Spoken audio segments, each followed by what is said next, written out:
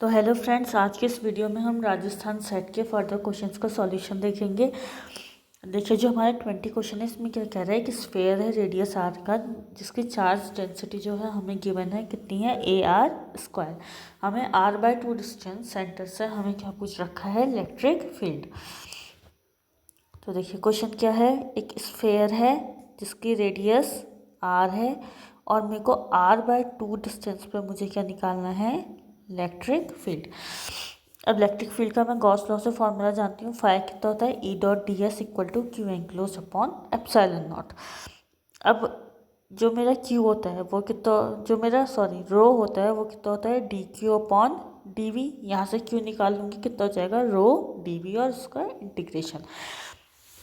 देखिए E.ds E into 4 पाई r/2 square. r/2 कौन सा लेंगे, जिस डिस्टेंस पे मुझे इलेक्ट्रिक फील्ड निकालना है वो डिस्टेंस लूँगी मैं यहाँ, इक्वल टू 1/एप्सिलॉन नॉट। रो की जगह कितना रखा, AR²। DV की जगह स्फीयर के केस में हमारा वॉल्यूम कितना होता है, r² sine theta dr d theta d phi. अब मैं जानती हूँ कि जो मेरा फाई होता है उसकी लिमिट होती है 0 to 2 पाई, और जो मेरा थीटा होता है उसकी लिमिट होती है 0 to पाई। तो जब मैं एंगुलर डिपेंडेंसी को सॉल्व करूँगी तो मेरा कितना आएगा, 4 पाई। ए कांस्टेंट है, बाहर आ जाएगा, r² कितना हो जाएगा, r⁴। फिर जब मैं इसका इंटीग्रेशन करूँगी और सॉल्व करूँगी तो मेरा इलेक्ट्रिक फील्ड कितना आ जाएगा, AR³ divided by 40 epsilon naught. अब देखिए कभी कभी क्वेश्चन को कैसे मॉडिफाई करते हैं ये, कि हमें दे देंगे कि जो स्फेयर है उस पर टोटल चार्ज कितना है, Q, और चार्ज डेंसिटी पे डिपेंडेंस दे देंगे। फिर मुझसे इलेक्ट्रिक फील्ड पूछेंगे और वहाँ पे ऑप्शंस में आपका A प्रेजेंट नहीं होगा, जो कांस्टेंट A है वो प्रेजेंट नहीं होगा। तो उस केस में हम क्या करेंगे, पहले हम टोटल चार्ज निकाल लेंगे, क्यों, वहाँ से हम A की वैल्यू निकालेंगे, फिर इस A की वैल्यू को कहाँ रखेंगे, यहाँ रखेंगे। तो वैसे वाले क्वेश्चंस को हम इस तरीके से प्रोसीड करेंगे जहाँ पे हमारा कांस्टेंट A गिवन नहीं होगा। तो इसका आंसर कितना आ जाएगा, AR³ divided by 40 epsilon not. तो इसका आंसर क्या हो जाएगा, ऑप्शन बी। नेक्स्ट क्वेश्चन में क्या कह रखा है, एक पार्टिकल है मास m का, वन डायमेंशनल हार्मोनिक ऑसिलेटर का पोटेंशियल दे रखा है 12m⁴ x²। आइगन फंक्शन दे रखा है हमें फर्स्ट एक्साइटेड स्टेट का, और A की वैल्यू पूछ रखी है। तो देखिए इस क्वेश्चन को हम कैसे करेंगे, हम जानते हैं कि जो हमारा हार्मोनिक ऑसिलेटर होता है उसके लिए standard wave function nth state के लिए ये गिवन है।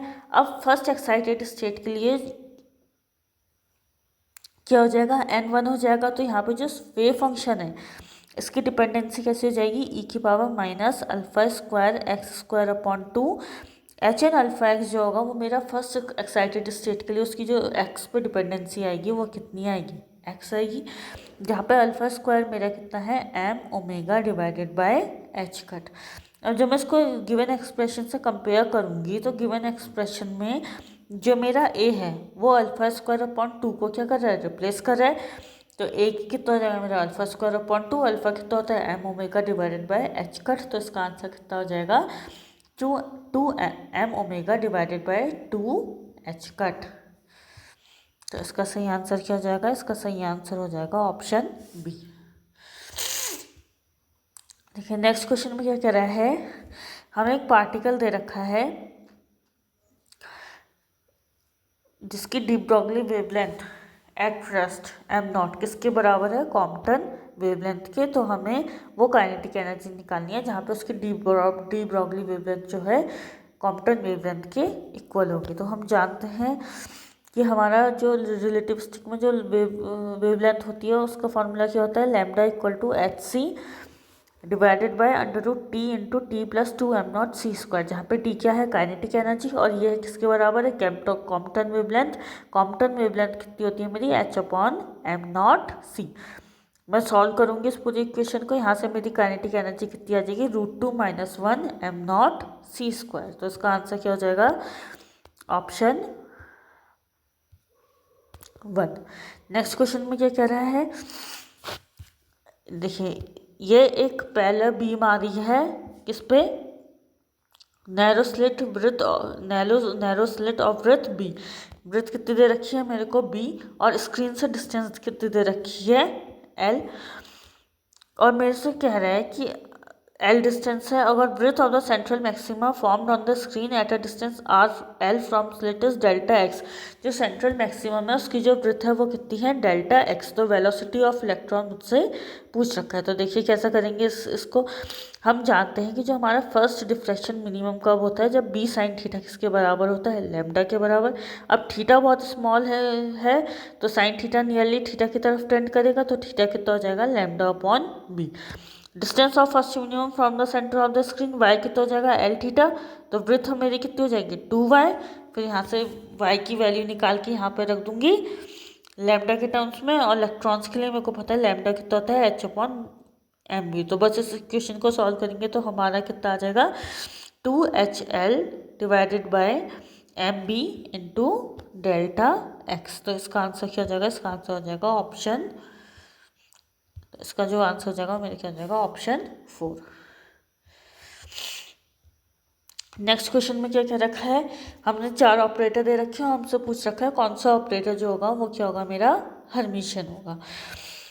अब हम जानते हैं क्वांटम मैकेनिक्स में हमारे जितने भी ऑब्जर्वेबल्स होते हैं दे ऑल आर हर्मिशियन। तो सबसे पहले देखिए मोमेंटम ऑपरेटर हर्मिशियन होगा मेरा।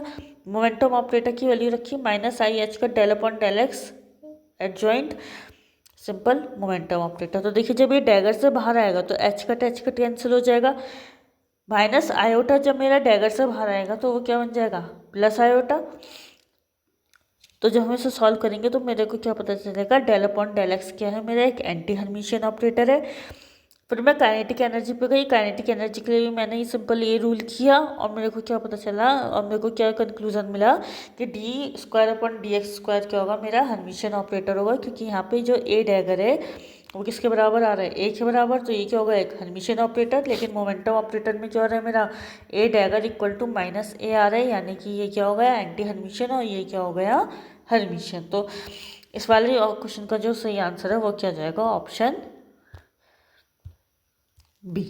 तो आज की वीडियो में बस इतना ही। आगे मेरे चैनल से आप कंटिन्यू जुड़े रहें तो आपको आगे और भी मैं राजस्थान सेट के क्वेश्चंस के सॉल्यूशंस आपको प्रोवाइड कराऊंगी। Thank you.